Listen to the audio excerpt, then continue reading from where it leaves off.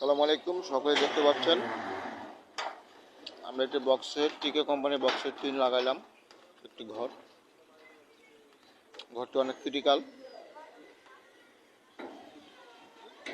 দেখতে পাচ্ছেন একটি ড্রেন এবং এই পাশে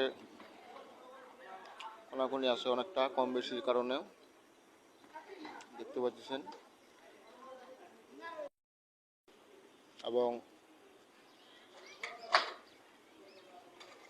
টিনটা কিন্তু আমরা লাগাইলাম আজকে 20 ফিট। আপনারা যারা এই যে এখানে একটু দেখতে পাচ্ছেন, আপনাদেরকে দেখাই। এখানে ছাদটি বের করার কারণে কিন্তু আমাদের কিন্তু এখানে চালটা আবার ডিভাইড করতে হয়েছে। তো ঘরের কাজটি আপনাদের কেমন লাগলো অবশ্যই সকলে জানাবেন। এবং যারা এই ধরনের